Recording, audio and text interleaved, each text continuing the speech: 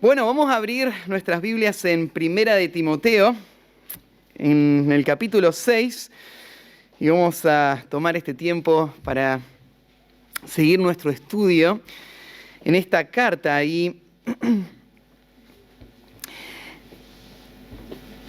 el tema de esta mañana va a volver a tomar algo de lo que Pablo ya ha hablado antes. Y para entender por qué la repetición, tenemos que recordar cuál es el propósito de esta carta. ¿Se acuerdan que Pablo lo dejó a Timoteo en Éfeso para seguir adelante con una tarea que ellos ya habían empezado juntos, corrigiendo algunos problemas que habían aparecido en la iglesia? Después de un tiempo, Pablo había vuelto a la iglesia en Éfeso y se encontró con falsos maestros. Algunos estaban en el liderazgo y había que corregir esto. Algunos tuvieron que ser sacados del liderazgo, echados de la iglesia. Y en otros casos lo que hubo que hacer es corregir problemas que se estaban dando internamente. Pablo tenía que seguir su camino y lo dejó a Timoteo un tiempo para que él siga haciendo esa tarea. El tiempo se alargó. Pablo quería volver para volver a acompañar a Timoteo en esto y después seguir su viaje, pero no podía hacerlo. Siguieron las demandas apareciendo y Pablo decide escribir Primera a Timoteo. En esta carta arranca diciendo en el capítulo 1 que uno de los motivos principales de la carta es recordarle a Timoteo la tarea que Pablo le había encomendado, que era mandar a algunos hombres que no enseñan una doctrina distinta. Y de ahí comienza Pablo este tema de cómo lidiar con falsos maestros. ¿Por qué Pablo le preocupa tanto que haya falsos maestros? Hay otras cosas más importantes, ¿no? Tal vez hoy estamos acá reunidos y vos pensás, bueno, tengo un montón de situaciones en mi vida. Pienso que hay un montón de cosas que son más urgentes hoy que pensar en los falsos maestros. Pero Pablo entendía que no había nada más serio para la iglesia que este problema. Es como el clásico antagonista, ¿no? Para la vida de un rebaño, su enemigo es el lobo. Y para la vida de la iglesia, su enemigo es el lobo, son los falsos maestros. Estos son los enemigos que acechan y que ponen en riesgo todo lo demás. Ponen en riesgo todo lo que la iglesia fue llamada a hacer, todo lo que la vida de cada individuo, de sus familias, todo está en riesgo cuando aparecen los falsos maestros. Ahora, la iglesia no los tiene que enfrentar siempre de la misma manera. Hay momentos donde se siente la calma y hay momentos donde parecen de la nada, pero la verdad es que esto nunca deja de ser un peligro latente. Pablo mismo advirtió a la iglesia de estos peligros, a la iglesia de Éfeso, a los ancianos de Éfeso, en Hechos capítulo 20, le dijo que de en medio de ellos iban a surgir. Y acá, una vez más, en el capítulo 6, antes de cerrar la carta, Pablo va a volver a hablar de los falsos maestros. Va a hablarlo de un tono o un aspecto distinto. Pablo va a hablar acerca de cómo detectar a los falsos maestros. Y de ese es el tema que vamos a ver esta mañana.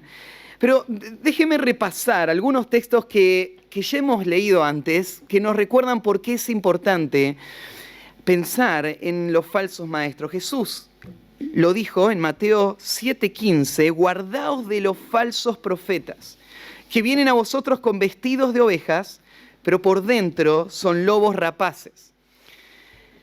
Jesús habló de la capacidad que ellos tienen de disimular su verdadera naturaleza y de su peligro. Guardaos, ¿no es cierto? Y la voracidad. Ellos son lobos rapaces. Pedro lo dijo también en 2 de Pedro 2, 1 al 3. Dice, pero hubo también falsos profetas entre el pueblo. Esto siempre estuvo en el pueblo de Dios. Y como habrá también entre vosotros falsos maestros que introducirán encubiertamente herejías destructoras y aún negarán al Señor que los rescató, atrayendo sobre sí mismos destrucción repentina. Y muchos seguirán sus disoluciones, por causa de los cuales el camino de la verdad será blasfemado, y por avaricia harán mercadería de vosotros con palabras fingidas. Sobre los tales, ya de largo tiempo la condenación no se tarda y su perdición no se duerme. Pedro advierte de que no solamente van a venir, sino que ellos van a lograr dispersar el rebaño, que van a lograr arrastrar a muchos detrás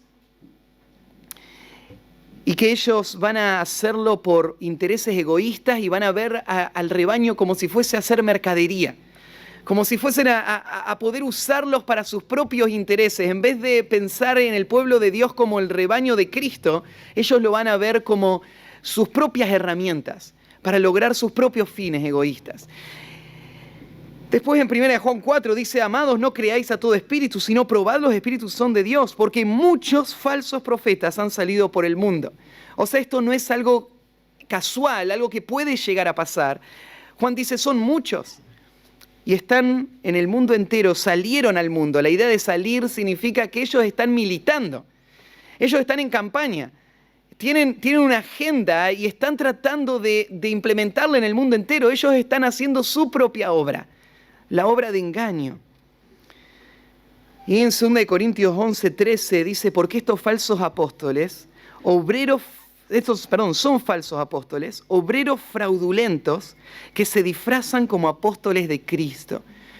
Algo que nos llama la atención muchas veces es ver cuántos creyentes viven en una forma muy ingenua con esto.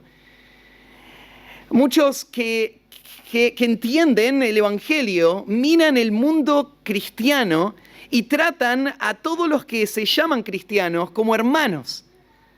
Los tratan como personas inofensivas con las cuales podemos compartir y de alguna manera ayudarles. Muchos pastores no entienden el peligro. Yo me acuerdo de un pastor con el que hablé hace años y él me decía, Matías, nosotros tuvimos una buena escuela, tuvimos una buena enseñanza, así que no hay peligro de que ellos nos convenzcan de sus errores. Nosotros podemos hacer relaciones con ellos y ser una buena influencia. Podemos ayudarles a corregir algunos de estos problemas. Y hay algo que este pastor olvida. Todas estas descripciones nos hablan de un gran peligro. Son lobos. No son personas confundidas solamente. Son lobos rapaces. Y claro que hay peligro. El pueblo de Dios está en peligro.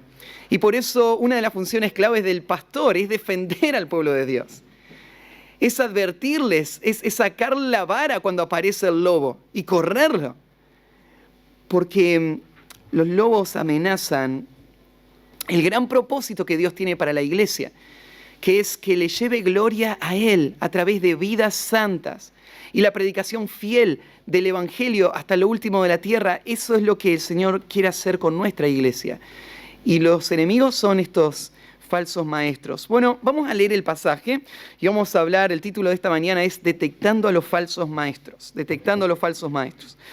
Si bien se ha tratado este tema, creo que este es el foco de esta primera parte de estos versículos que vamos a leer. Dice así, el versículo 3.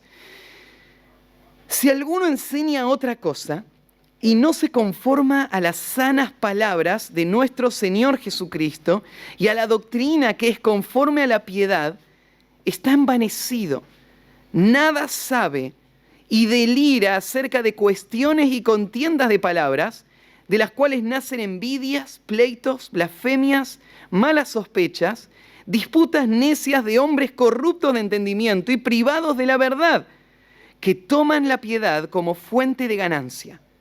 Apártate de los tales. Bueno, ¿cómo nos protegemos de este peligro inminente? ¿Cómo detectamos a los falsos maestros? Creo que Pablo está dándonos 4 principios y son los que vamos a ver esta mañana. El primer principio es, conoce detalladamente la verdad. Conoce detalladamente la verdad. Creo que mi papá es el que repite esto más. Y nos dice, ¿cómo es que alguien puede saber cuando lo están engañando? Bueno, tiene que saber bien la verdad para poder detectarlo. De otra manera, no puede darse cuenta del engaño. Todo suena igual. Y estas son personas muy hábiles. Y por eso Pablo comienza dando por hecho este primer principio en el versículo 3. Si alguno enseña otra cosa y no se conforma a las sanas palabras de nuestro Señor Jesucristo. La palabra ahí al principio, la primera, si alguno enseña otra cosa, es una palabra que se usa muy poquito, solamente 2 veces en todo el Nuevo Testamento. Una aparece acá y la otra en el capítulo 1, en el versículo 3. Es el pasaje que le cité recién. En el versículo 3, Pablo le va a decir a Timoteo: como te rogué que te quedases en Éfeso cuando fui a Macedonia, para que mandases a algunos que no enseñen diferente doctrina. Que no enseñen diferente doctrina. Pablo había instruido a Timoteo. Por años, cerca de 15 años, Timoteo había estado a su lado. Lo había escuchado muchas veces, frente a muchos testigos, dice Pablo. Lo había escuchado en el campo, predicando en la ciudad, en reuniones privadas, en reuniones abiertas. Habían compartido juntos en el viaje. Timoteo lo había escuchado por mucho tiempo y para este momento Timoteo está muy familiarizado con la doctrina que Pablo le enseñó. La doctrina que Pablo le enseñó no la inventó él la recibió del Señor, como lo va a decir más adelante, pero ahora para Timoteo esto es su punto de referencia. Timoteo tiene que fijar su mente en todo lo que ha recibido y usarlo como un filtro para medir todo lo demás. Y cuando alguien está diciendo algo distinto, él tiene que detectarlo, la alarma se tiene que prender. Él no tiene que escucharlo como otra opinión válida, donde cada uno va a compartir en un círculo diferentes ideas para llegar a una conclusión en común.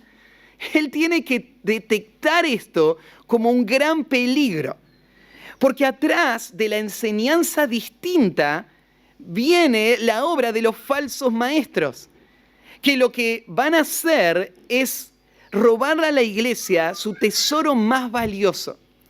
Ahí en 2 Timoteo 2:2, Pablo le va a decir a Timoteo: lo que has oído de mí ante muchos testigos, esto encarga a hombres fieles que sean idóneos para enseñar también a otros. Pablo trata la enseñanza que él le dio a Timoteo como un tesoro, que Pablo le transfirió a Timoteo, y ahora Timoteo tiene que protegerlo y tiene que pasarlo a la próxima generación. Perder eso es perder todo. Es perder todo lo que da sentido a la iglesia, identidad a la iglesia. Por eso la iglesia tiene que tener mucho celo por la verdad. Y Pablo se lo dice de esta manera, como lo estamos leyendo ahí: si alguno enseña otra cosa fuera de lo que Pablo le enseñó. Y acá cuando Pablo usa esta expresión, en el español tal vez no se logra detectar, pero en el texto original, la idea de que si alguno enseña otra cosa no está en una posibilidad, sino marcando un hecho. Pablo lo que le está diciendo a Timoteo es que esto ya está pasando. Está diciendo: Timoteo, reacciona. Hay personas que están enseñando otra cosa. Y esto es lo que tenés que hacer con esas personas. Y esto no es contrario al amor. El amor no es una actitud de aceptación de cualquier idea. Eso no es amor. Porque la verdad es lo único que puede dar algo valioso a cualquier persona.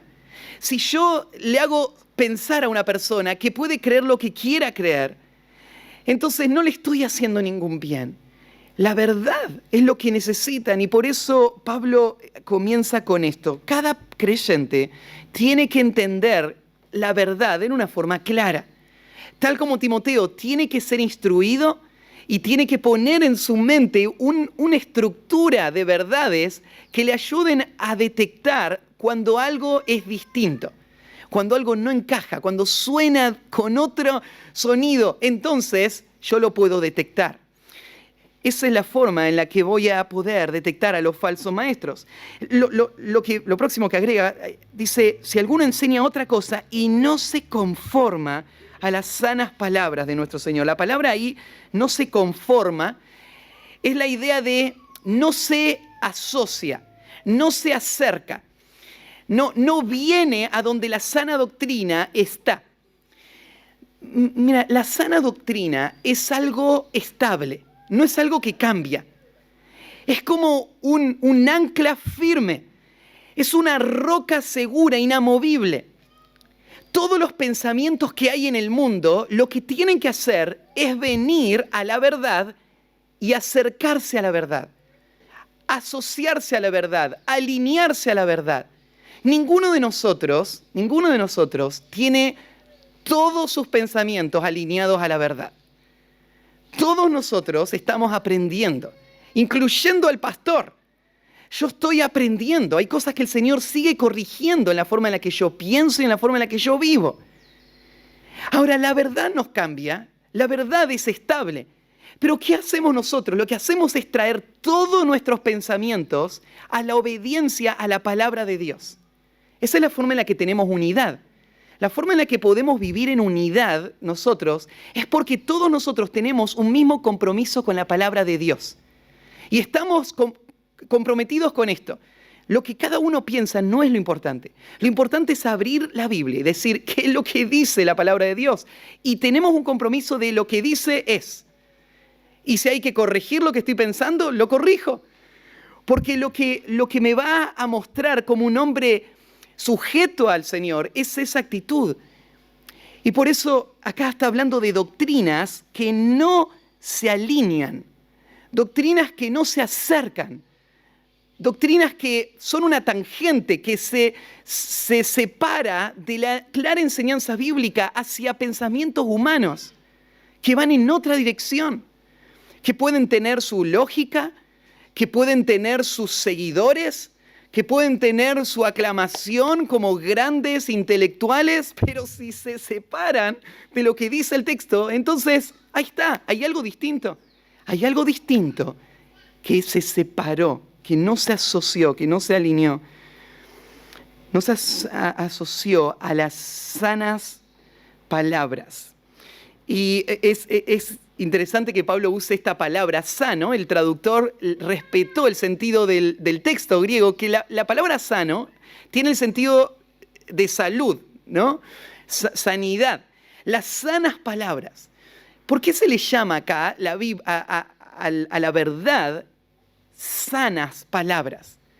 Bueno, son sanas porque no están contaminadas con el error. El error es visto como una enfermedad, como un virus que afecta todo, que destruye todo. El error es un virus más serio que el coronavirus, ¿no? El coronavirus lo que puede hacer es matar el cuerpo, pero el error condena las almas a la perdición. El error esclaviza. El error es algo terrible. Pero la verdad que tiene las Escrituras es sana. Es sana y sana a la misma vez. La idea es que estas palabras son las palabras que son sanas y que producen sanidad a la vida de las personas que están aferradas a esas palabras. Y por eso usa ese término. Estas palabras a las que Timoteo tiene que mantenerse alineado son las palabras de nuestro Señor Jesucristo. Son las palabras de nuestro Señor Jesucristo. Esta es la fuente de autoridad que tienen las palabras en las que hemos confiado. Las palabras en las que confiamos no son las palabras de un hombre que le está tratando de convencer a ustedes que las crean. Pablo dice, las palabras ni siquiera son mis palabras. Él era el apóstol, él podría haber dicho, solo ahí las palabras que yo te enseñé, pero Pablo vuelve atrás y dice, mira, Timoteo, todo lo que yo te enseñé no fue algo que yo inventé. Todo esto son las palabras del Señor Jesucristo. O sea, Él es la fuente de autoridad. Él es el Señor, Él es Jesucristo, Él es Dios hombre, Él es el soberano y Él es el que nos ha dado su verdad. Una de las características de los falsos maestros es que ellos no están contentos con afirmar lo que claramente el Señor Jesucristo dijo. No están contentos con agarrar las enseñanzas de los apóstoles y decir las palabras de Cristo a través de los apóstoles. Ellos no están conformes con solamente abrir la Escritura y dejar que el texto hable. Una de las características de los falsos maestros es que ellos van a crear sus propios mensajes. Ellos van a hablarte de la forma en la que Dios les está dirigiendo a ellos personalmente. Te van a hablar de sus sueños, de sus visiones, de sus ideas, de sus interpretaciones. En vez de quedarse asociado simplemente a lo que el Señor dijo. Eso es lo que Timoteo tiene que hacer, eso es lo que la iglesia de Cristo tiene que hacer. Vivir sujetos a las palabras de nuestro Señor Jesucristo y a la doctrina que es conforme a la piedad. Pablo está describiendo acá entonces esa verdad que tenemos que entender muy bien. Esa verdad que tenemos que entender muy bien es la que el Señor nos dio y es la doctrina, usa esa palabra como un cuerpo de enseñanza que es conforme a la piedad. Esta es otra de las cosas que evidencian un falso maestro. Un falso maestro se evidencia porque su doctrina no produce piedad, no produce piedad verdadera. Tal vez produce una fachada de piedad, tal vez él tiene un vocabulario muy cristiano, él puede hablar, ¿no es cierto?, de todas las cosas que les pasó a él en su vida cristiana, de todas las experiencias que él tuvo, de todo lo que él hace por el Señor. Pero cuando llegas al resultado de esa enseñanza, su doctrina no produce piedad. Y cuando vos ves eso, tiene que sonar la alarma. Porque la sana doctrina lo que es no es solamente una explicación precisa.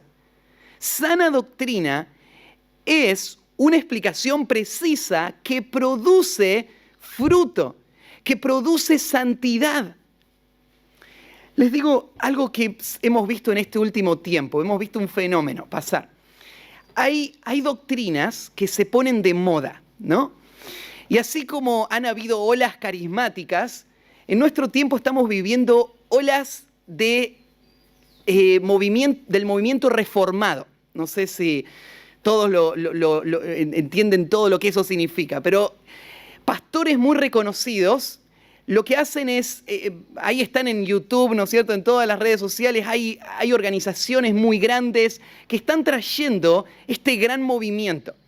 Y este movimiento afecta a muchas personas y hay pastores pentecostales, por ejemplo, que de repente dicen ahora yo voy a ser reformado. Y vos decís, bueno, en la enseñanza hay algunos elementos que son muy bíblicos, hay otros que no estamos de acuerdo, pero cuando vos ves cambiar a estos hombres y de repente empezar a hablar de la predicación expositiva, empezar a hablar acerca de la soberanía de Dios, hablar acerca de las doctrinas de la gracia. Vos escuchás todo eso y te suena y decís, bueno, mirá, este hombre parece que sí tuvo una transformación, pero atrás de eso no siempre tenés lo que parece. Porque así como los falsos maestros han usado ciertas doctrinas para sus propios intereses, hay falsos maestros que ahora usan estas doctrinas para sus propios intereses. Y lo que hacen es se suben a ese vagón y son impulsados por ese mismo impulso, tienen su propio grupo de seguidores y tienen el fruto y el resultado de haber adoptado estas ideas, pero lo que vos ves es que sigue habiendo el mismo problema. No hay piedad. No hay piedad ni en este hombre ni en las personas a las que le está instruyendo. La doctrina sana se conoce porque, Pablo dice ahí, es la doctrina que es conforme a la piedad. Esta es la sana doctrina. Es lo que dice Tito, ¿no? Capítulo 2.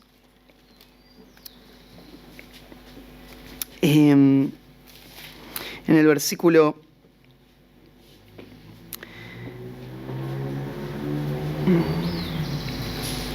11 al 14, porque la gracia de Dios se ha manifestado para salvación a todos los hombres, enseñándonos que renunciando a la impiedad y a los deseos mundanos, vivamos en este siglo sobria, justa y piadosamente, aguardando la esperanza bienaventurada y la manifestación gloriosa de nuestro gran Dios y Salvador Jesucristo.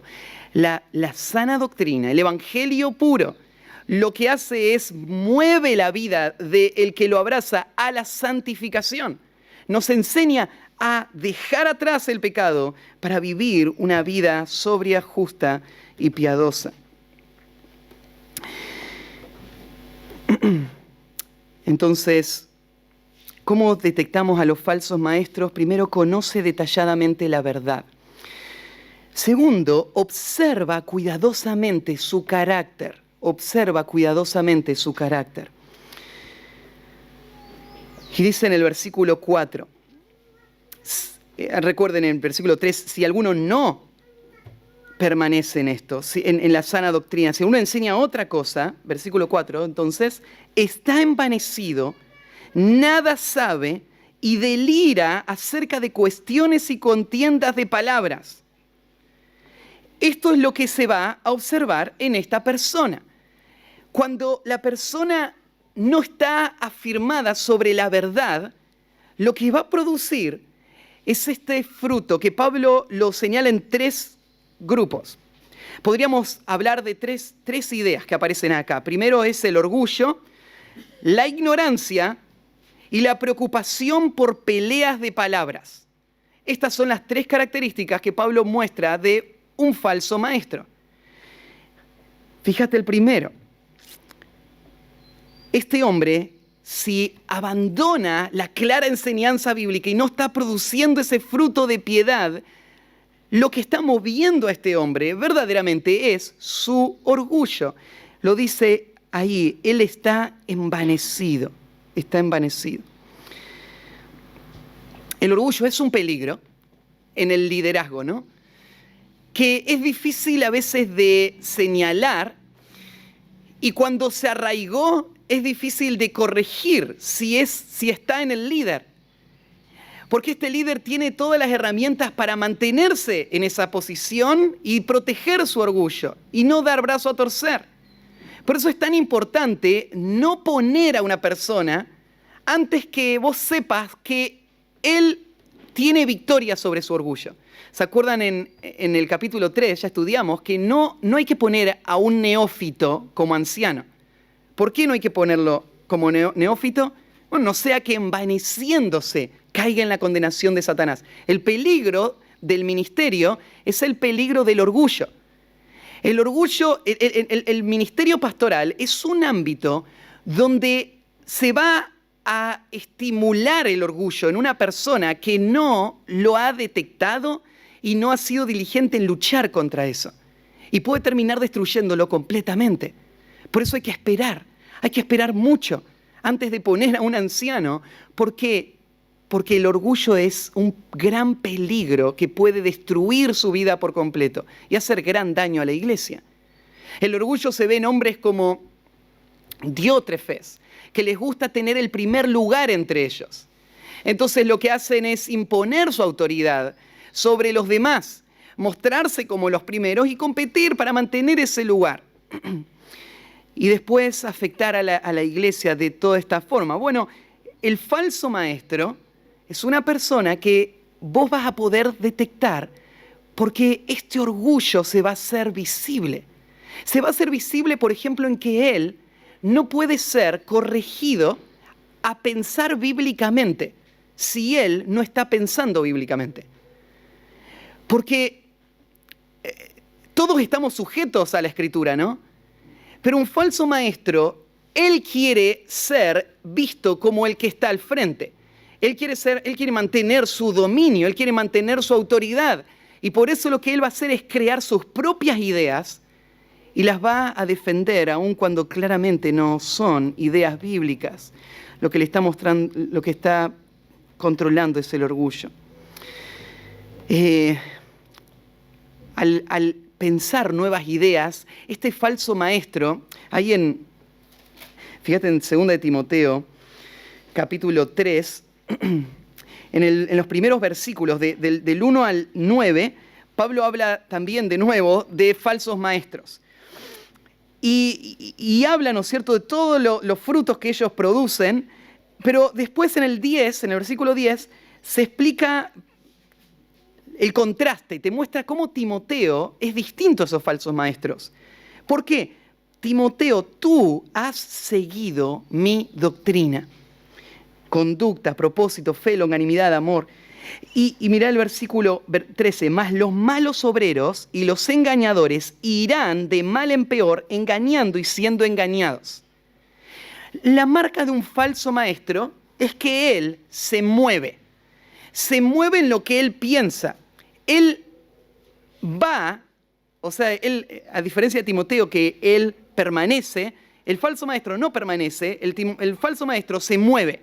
Y cada movimiento que hace le lleva más bajo en su error. Cada movimiento le lleva de mal en peor. Y ese movimiento de mal en peor lo que hace es crear tanta confusión en él que ni siquiera se da cuenta en qué momento él está engañando y en qué momento él está siendo engañado por otro que le está llevando en la misma dirección. Estos son los falsos maestros. Y lo que le mueve a ir de un lado a otro es que él está usando la doctrina para sus propios intereses. Como les expliqué antes, ahora esta doctrina me sirve mejor para, no sé, traer estabilidad a mi iglesia, para dirigir mi iglesia, para hacer crecer a mi iglesia. Él está pensando en sí mismo. Él está envanecido. Él no entiende cuál es su función. Él no está para dirigir. Él está para representar la autoridad de Cristo en la iglesia, que dirige a la iglesia a través de la palabra. Él no está para inventar nada. Él no está para seguir las corrientes doctrinales que están ahí afuera, o las corrientes sociales, o los libros que van saliendo. Él está para honrar a Cristo. Pero si no lo hace, lo que demuestra, él está envanecido. Y aunque está envanecido, fíjate lo próximo, la otra característica es la ignorancia. Él no se ve como un hombre ignorante. Él piensa que él es muy inteligente. Él sabe mucho y puede citarte mucho. Pero Pablo dice, la verdad es que no entiende nada. No entiende lo que es más obvio, lo que es más básico, lo que dice claramente el texto, porque él se ha enredado en un camino de especulaciones y pensamientos humanos y evaluaciones humanas que están movidas por sus propios deseos, y ahora perdió la referencia. Y ahora no entiende nada. Él cree que avanzó, pero en realidad no avanzó, fue de mal en peor. Él lo que está es sumergido en la ignorancia. Puede ser que algunos lo tomen como erudito porque puede usar palabras muy elocuentes. Pero Pablo dice, en la realidad, estos son ignorantes. Pablo, tal vez los que tienen en mente son a los precursores de los gnósticos, que ya hablamos de ese grupo, ¿no? Personas que alababan el conocimiento. Ellos se jactaban de tener más conocimiento que el cristiano promedio, que no entiende las cosas profundas realmente. Y Pablo dice, no, lo que el Señor dijo, eso es todo lo que hay, no hay nada más por conocer. Eso es lo que hay que seguir afirmando. Esta gente pretende saber mucho, pero no sabe nada. Son ignorantes. Nada sabe. Y delira acerca de cuestiones y contiendas de palabras. La palabra ahí delira es la idea de está enfermo. Su mente está enferma. Está delirando, ¿no es cierto? Decimos nosotros, por ejemplo, cuando sube la temperatura y perdiste la noción y tu cuerpo está reaccionando, estás enfermo. Esta persona está delirando en esta situación. Claro, separado de la sana doctrina, ahora no tiene ningún freno, y ahora todos estos pensamientos han traído toda esta confusión, y lo que está haciendo es delirando. Y ese delira acerca de cuestiones y contiendas de palabras. Ese delirio le lleva a querer investigar un montón de detalles. Y después de investigarlos, empieza a querer pelear por esos detalles. No entiende lo que es más básico, pero él quiere pelearse con todos por las cosas que no son tan trascendentes, que no son las centrales. Y esta es la otra marca de los falsos maestros. Ellos, para mostrar su gran conocimiento, van a agarrar las doctrinas más oscuras, ¿no es cierto?, y traerlas al frente para sacar un tema de debate. Y van a mostrar cómo ellos saben debatir y cómo están en contra de todos los demás por todo lo que ellos están enseñando que no está bien. Y ellos pueden citar a los autores de la historia de la iglesia y todos los que saben deliran en cuanto a cuestiones y contiendas de palabras. Lo único que ellos quieren es pelear. Ellos no están interesados en edificar la iglesia. Ellos quieren pelear por palabras, por cuestiones que no hay que pelear. Claro que hay cosas que hay que defender, pero ellos se ocupan de otras cosas. Y son expuestos en su ignorancia y su corazón y su carácter que está saliendo a luz en estas actitudes que ellos están mostrando. Observa cuidadosamente su carácter. Tercer lugar, examina diligentemente su fruto. Examina diligentemente su fruto.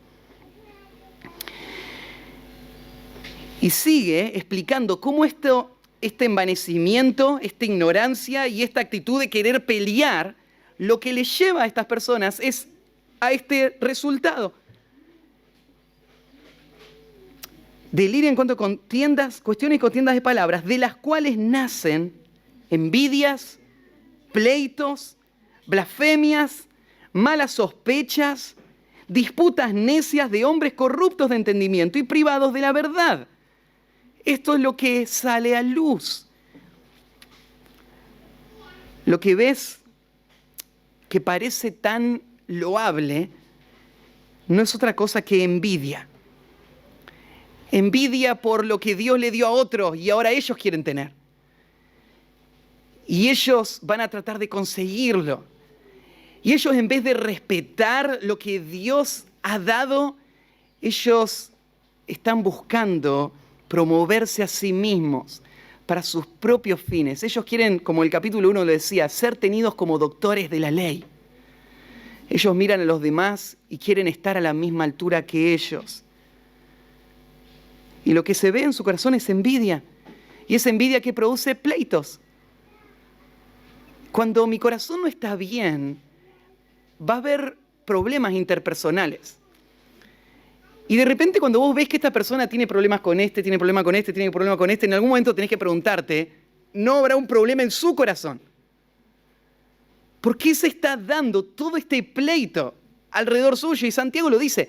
Santiago dice que ¿de dónde vienen las peleas? De nuestro corazón, de nuestras pasiones que combaten en nuestros miembros. Codiciamos y no tenemos. Y eso nos frustra. Y queremos tenerlo sea como sea. Matamos y ardemos de envidia, dice Santiago. Entonces tenés envidias, pleitos, peleas, blasfemias. Su boca va a empezar a hablar cosas hirientes, cosas destructivas. Cuando la Biblia dice ninguna palabra corrompida salga de vuestra boca, sino la que sea buena para la necesaria edificación a fin de dar gracia a los oyentes, ellos creen que están por sobre este mandamiento y ellos pueden usar cualquier palabra para poder corregir lo que está mal. Y lo que están haciendo es usando palabras destructoras, blasfemias, malas sospechas. Los que empiezan en el corazón, en vez de haber unidad en el pueblo de Dios y tener amor por sus hermanos y tener paz con todos los hombres, el corazón y la mente empieza a generar toda clase de mentiras en cuanto a otros o imaginación en cuanto a otros. Empiezo a imaginar sus malas motivaciones, empiezo a cuestionar todo su carácter, su vida espiritual, y esas malas sospechas afectan y corrompen las relaciones. ¿Y de dónde nacen? Bueno, nacen de este carácter de un hombre que no es un hombre espiritual, por más que sepa hablar muy bien. Son malas sospechas, disputas necias de hombres corruptos de entendimiento. Y acá está la verdadera naturaleza. Lo que sale a luz en esa pelea es lo que hay en el corazón. Está corrompido. Y acá Pablo está mostrando su verdadero carácter. Los falsos maestros no son personas regeneradas. Son personas que se han infiltrado a la vida de la iglesia, que parecen cristianos, parecen hermanos de la fe, los tenemos como hermanos de la fe, pero no lo son. Y se evidencia por esta falta de sujeción a la verdad y a vivirla de forma práctica. Y por eso ellos están privados de la verdad. La palabra ahí, privados de la verdad, significa se les robó la verdad, o sea, se les quitó la verdad. Privado de la verdad es que ellos no tienen acceso a la verdad. Y por eso están en este camino. Bueno, el último principio. Conoce detalladamente la verdad, observa cuidadosamente su carácter, examina diligentemente su fruto. Y el último, reconoce claramente su motivación. Reconoce claramente su motivación. No tenés que ser ingenuo en cuanto a lo que se está buscando con esto. Esta persona te puede decir, yo lo hago porque amo al Señor, amo a la iglesia, quiero la pureza del pueblo de Dios y tengo que defender la verdad. Puede decirte eso, ¿no? Pero tarde o temprano se va a dejar ver cuál es su verdadera motivación. Y Pablo acá nos habla de cuál es. Tal vez uno pensaría, bueno, ¿cómo puede ser que todos tengan este mismo problema? Debe haber otros también. Pero hay algo muy, muy repetido en el Nuevo Testamento que nos marca que hay una motivación común para los falsos maestros. La motivación es la avaricia. Es el amor al dinero. Lo dice ahí en el versículo 5 al final. Que toman la piedad como fuente de ganancia. Apártate de los tales. Ellos toman la piedad como fuente de ganancia. Ahora, caraduras, ¿no? La piedad, ¿qué piedad?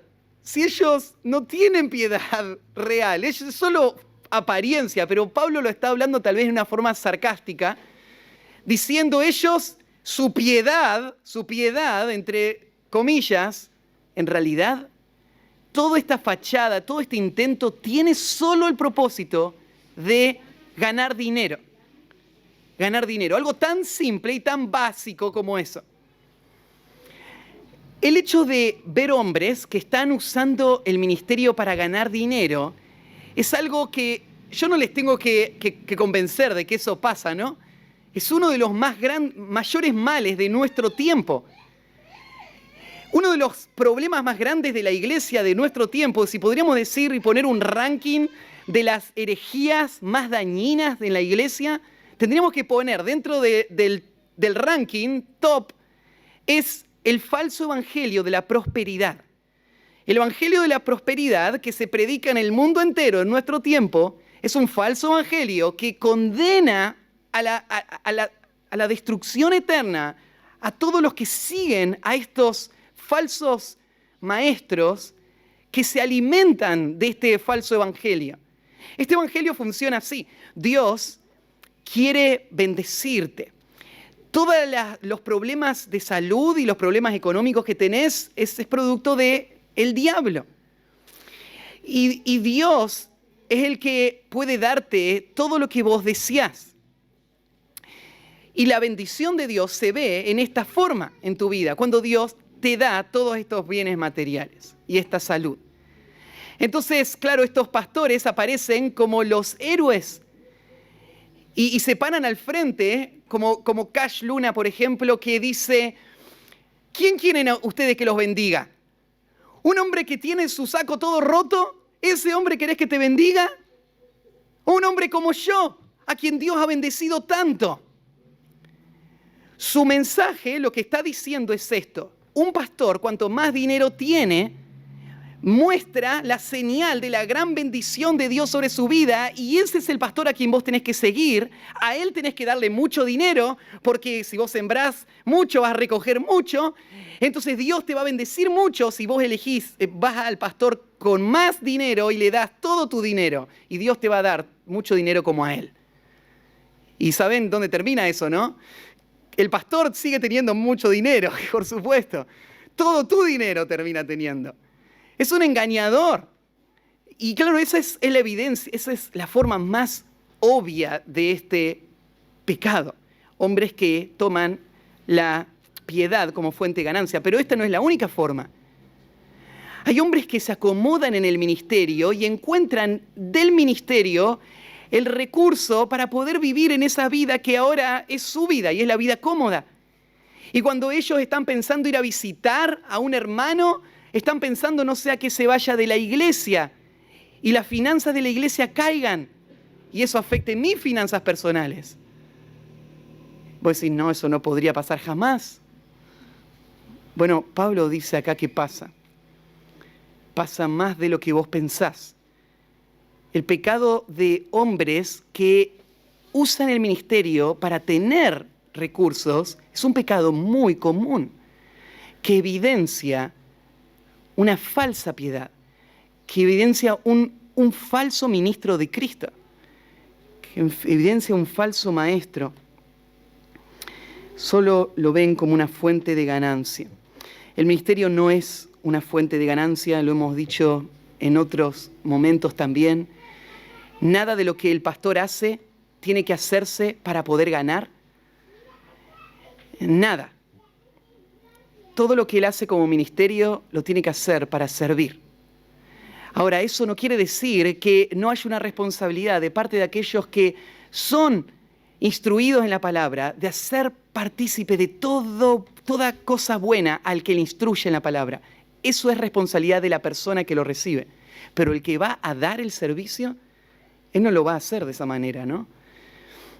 No lo tiene que pensar cuando lo invitan a predicar, no lo tiene que pensar cuando piensa en escribir un libro, no lo va a pensar para lograr fama o el dinero que ese libro va a producir. Él no puede hacer nada relacionado con su vida piadosa para una ganancia económica. Son dos mundos distintos, incompatibles. Nadie puede servir a dos señores. Va a amar a uno o aborrecer al otro. Y esta es la verdadera naturaleza. Los falsos maestros lo que están buscando es su buen pasar económico. Y uno lo puede notar. Encontraron en el ministerio su herramienta para tener lo que tanto desean. Entonces termina ahí diciendo, apártate de los tales. Tengo que aclarar que nuestra traducción, la Reina Valera 1960, se hizo en el año 1500. En ese tiempo había todavía muchos manuscritos que se descubrieron ahora, después en los próximos siglos, que no estaban disponibles. Entonces, hay algunos detalles de nuestra traducción que con el tiempo hemos visto que en los manuscritos más antiguos son distintos. Por ejemplo, esta frase que aparece ahí, apártate de los tales, no aparece en los mejores manuscritos, en los manuscritos más antiguos. Aparentemente en algún momento alguien agregó esta frase y quedó en algún rollo antiguo del cual se tomó para hacer la traducción que tenemos hoy. Ahora, lo que se dice ahí, apártate de los tales, es algo que se repite muchas veces en muchos otros textos. Es verdad. Y por eso déjenme tomarlo y afirmarlo. Apártate de los tales. ¿Cómo tenemos que actuar frente a los falsos maestros? Todo lo que Pablo está diciendo tiene que ver con cómo los detectamos. Pero ¿por qué Pablo no está diciendo que los detectemos? Claramente, porque tenemos que señalarlos y tenemos que quitarle la influencia que les haría poder afectar la vida de la iglesia. Hay muchos textos que nos dan esta idea. Por ejemplo, les voy a leer solo algunos, los pueden anotar, después los miran. Tito 3, versículo 10. Al hombre que cause divisiones, después de una y otra amonestación, deséchalo, sabiendo que el tal se ha pervertido y peca y está condenado por su propio juicio. Hablamos recién, este hombre lo que está causando son peleas necias. Lo único que está queriendo es discutir sobre palabras. Este hombre lo que hay que hacer, Tito dice, es echarle, es sacarle, porque él se ha condenado por su propia condenación. Él ha demostrado no estar queriendo sujetarse a la verdad, sino querer salirse con sus propios intereses. Romanos 16, versículo 17. Mas os ruego, hermanos, que os fijéis en los que causan divisiones y tropiezos en contra de la doctrina que vosotros habéis aprendido. Y que os apartéis de ellos, porque tales personas no sirven a nuestro Señor Jesucristo, sino a sus propios vientres, y con suaves palabras y lisonjas engañan los corazones de los ingenuos. Todos los mismos ingredientes que recién estábamos estudiando. Y ahí aparece este concepto, que se fijen y que se aparten de ellos. En 2 de Juan 10 y 11, si alguno viene a vosotros y no trae esta doctrina, no le recibáis en casa ni le digáis bienvenido, porque el que dice bienvenido participa en sus malas obras. 2 de Corintios 11, 3 y 4. Pero temo que como la serpiente con su astucia engañó a Eva, vuestros sentidos sean de alguna manera extraviados de la sincera fidelidad a Cristo. Porque si viene alguno predicando a otro Jesús que el que os hemos predicado, o si recibís otro espíritu que el que habéis recibido, u otro evangelio que el que habéis aceptado, bien lo toleráis. Pablo dice, ¿cómo puede ser? Ustedes no tienen filtro. Están recibiendo otra enseñanza y lo toleran. Mi temor, dice, es que sean engañados. Es solo cuestión de tiempo. Tarde o temprano te van a convencer. Son sutiles. No lo permitan. Los falsos maestros son un peligro para la iglesia, pero no son nuestros enemigos.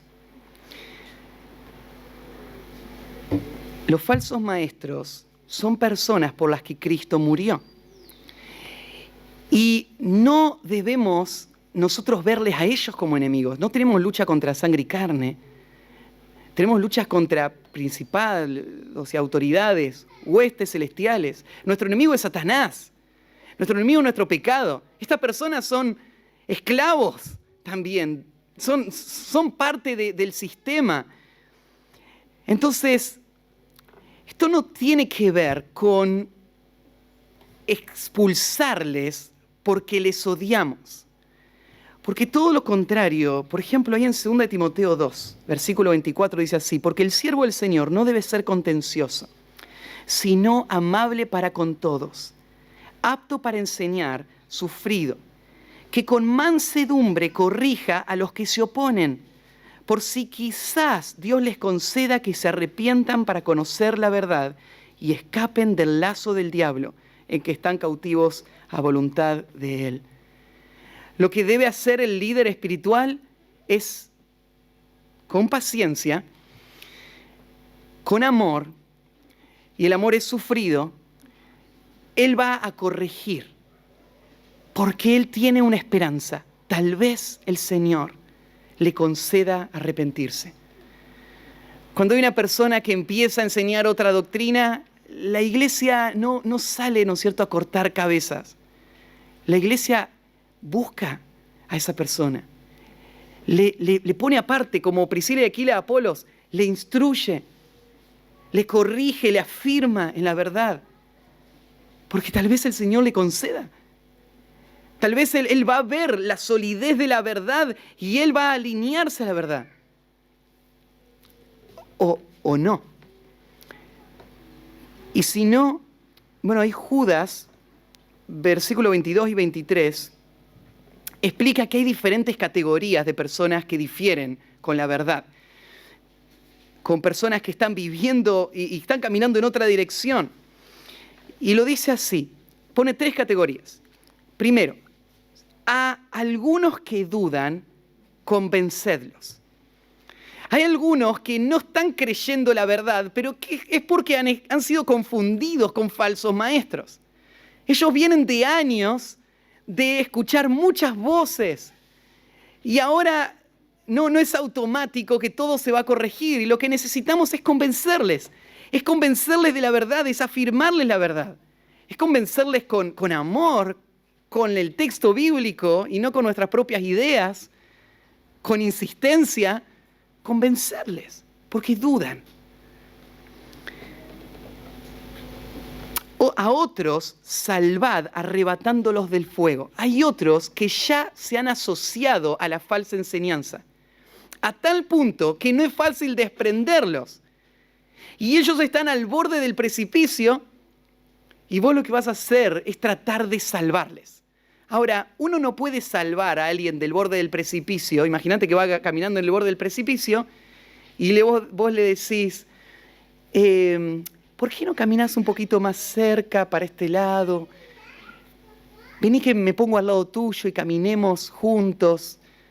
Lo que vas a decir, guarda, vení para acá, te vas a caer. O sea, lo que vas a hacer es arrebatarles del fuego. Lo que vos le vas a decir, mira, ahí está el precipicio, ese es un falso maestro. Él te está enseñando mentiras que te atan, y lo que vos necesitas es afirmarte en la verdad. Y vos decís, pero no le puedo decir así, se va a ofender, no va a querer venir más a la iglesia. Pero tenés que arrebatarle, está a punto de caer. ¿Qué otra cosa podés hacer? Tenés que llamarle a la verdad. Y de otros, tened misericordia con temor, aborreciendo aún la ropa contaminada por su carne, con toda la carga en el corazón. Vos vas a mirarle con temor. ¿Cuál es tu temor? Tu temor es que Él te toque. Vos te carga en tu corazón que Él esté atrapado por la mentira, pero vos no querés ni tocar. ¿Por qué? Bueno, la idea, ¿no es cierto?, aborreciendo la ropa contaminada con su carne, es de un hombre que se tiene que mantener ceremonialmente puro y sabe que si él toca un muerto, no puede ir a adorar al templo. Entonces él tiene que estar todo el tiempo fijándose de no tocar nada que le contamine, que le evite después poder adorar. Entonces el creyente ahora vive de esa manera. No quiero que la falsa doctrina me contamine.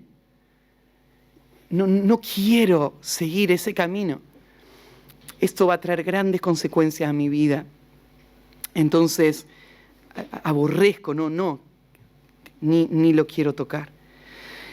Bueno, una vez más Pablo nos instruyó en cuanto a los falsos maestros y nos equipó con herramientas para poder estar alertas. Hay muchos textos en el Nuevo Testamento que lo señalan y esto muestra la importancia para nuestras vidas, nuestra iglesia, y que el Señor nos permita seguir afirmándonos en su verdad. Oramos. Padre, gracias por tu palabra, gracias, Señor, por la obra que has hecho en nuestras vidas, porque